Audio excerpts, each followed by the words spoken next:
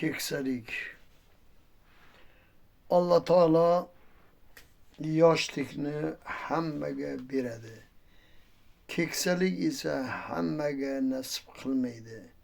Ming xil sinovlardan, turli xil ofatlardan, qiyinchilik, kasalliklardan omon eson o'tgan insongina keksalikka yetadi.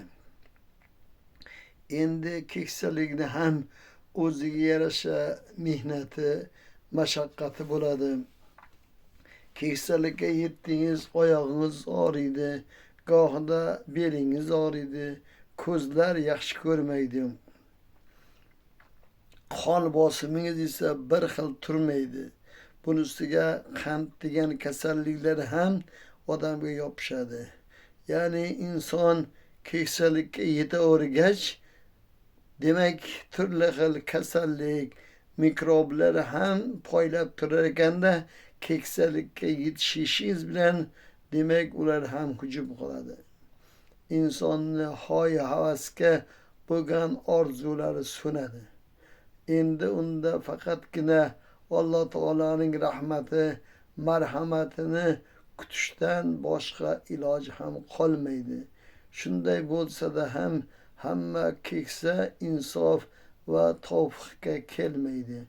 Agar bandasini adashtiraman desa, boshini sajdaga egmasa, keksayganda ham holi yoshman deb umrini behuda lag'u gap so'z, turli bemaza narsalarga inson sarflaydi. Shuning uchun ham keksalik degan ne'matni g'animat bilishligimiz kerakki, bu keksalik ham bir pasda o'tib ketib, o'lim, ajal degan narsa har bir keksani yo'lini poylab turibdi. Qachon ovchi hayvondek unga yopishadi va o'zi bilan sudrab, xohlaydimi yo'qmi, dardu faryod chektirib olib ketadi. Bir inson og'ir kasallik tufayli vafot qildi. Nihoyatda g'ayratli, shijoatli inson edi. Hamma undan hayiqardi, lekin vaqti soati kelib og'ir bir dardga uchradi. O'lim talvasasida yotibdi. Shunda o'g'li kelib, otamga bir yosin o'qib qo'ying deb iltimos qildi. Uni aytganiga yo'q deyolmasdan o'qishga bordim. Borsam, otaxon og'zini ochib, osmonga qaragan holda mo'ltirab yotibdi. Unda na kuch bor, na g'ayrat bor, na shijoat bor. Bir qatra suvga tashna bo'lgan holda osmonga mo'ltirab yotibdi. Na unga mol dunyo kerak, na unga boshqa narsa kerak. Faqatgina Alloh taoloning huzuriga borishlik uchun shaylanib turibdi. Unga Yosin surasini o'qib qo'ydim.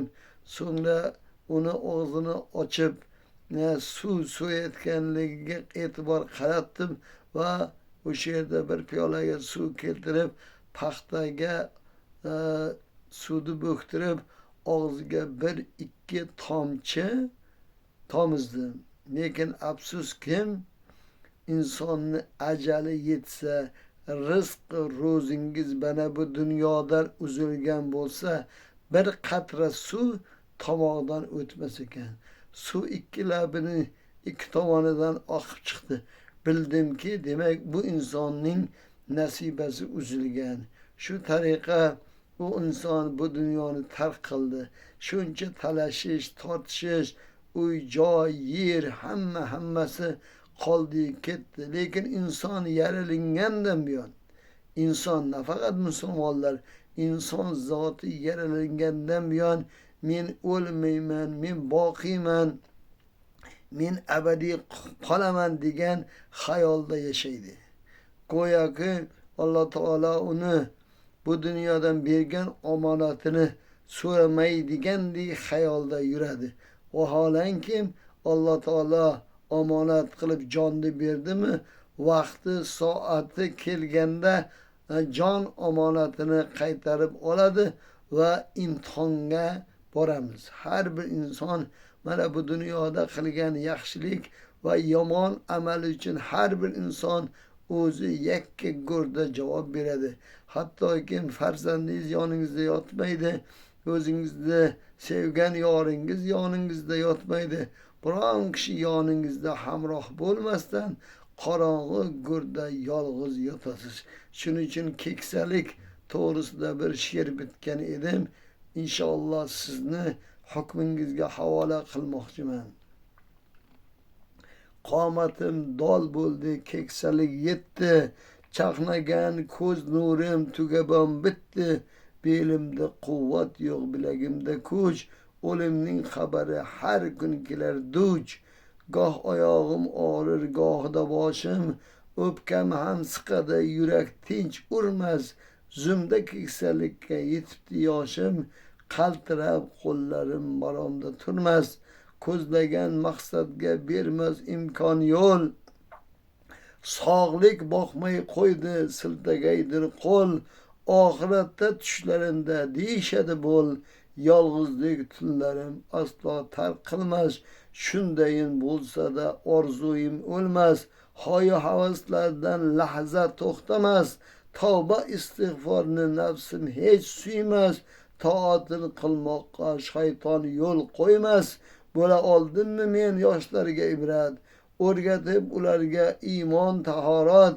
Qilgan amallarim razillik voydod, nahot menga yo'ldosh Fir'avni shaddod. Ogoh bo'l ey banda, so'roq yaqindir, kitobing olmog'ing bilgir aniqdir. Eshitdim g'aybdan anglab bo'lmas sas, to'xta gunohlardan bo'lar banda bas. Aytgin sen ey keksa o'ylagin takror, shaytoniy amalni qo'y, u erur makkor. Qachon aql kirar ajal kelsami, unda tavbang o'tmas gunohing ham kor. Qo'rqsangchi qilgan ma'siyatingdan, seni baxtsiz qilgan aziyatingdan. Yig'lagin kechirgin debon ey Robbim, duo qil rahmatingdan ichir deb Robbim. Ey keksa birodar, umring o'tkazma, savob amallarni qo'ldan ketkazma. Boqiy dunyoga bir qadam qoldi, umring toatsiz aslo bitkazma. Bu sas qalbimni giryonga soldi, vujudim titrab charchabon toldi. Vujudim titrab charchabon toldi, ko'zimdan shashqator yoshlarim oqib, qalbimni ulkan tug'yonga soldi. Dedim ilohiy gunoh ayblarim kechir, dedim ilohiy gunoh ayblarim kechir. O bir rahmating oqqan daryonga kechir. Mahsharda savoblarim yuzimga urma, g'aribingni xorlab yuzingni burma. Mahsharda savoblarim yuzimga urma, ya'ni g'aribingni xorlab yuzingni burma. Ya'ni Parvardigori olamiga inson mana shunday iltijo nido qilar ekankim. Demak, Alloh bizni gunohlarimizni kechir, ayblarimizni o'chir, o bir rahmating oqqan daryonga kechir deb Alloh taolaning rahmatidan umidvor bo'lib duo qiladi. Mahsharda savoblarim yuzimga urma. Mana bu dunyoda qilgan savob amallarni riyo uchun, ta'na uchun qilmagin, birovga minnat uchun qilmaginki. Demak, mahshar kunda qilgan savoblarimizni riyo uchun, ta'ma uchun, boshqa narsalar uchun qilgan bo'lsak, savoblarimizni yuzga urar ekan. Ana shunday og'ir kunlarda Alloh subhanahu va taologa yig'lab duo qilamizki, Parvardigori olam bizdan yuzingni burmagin deb.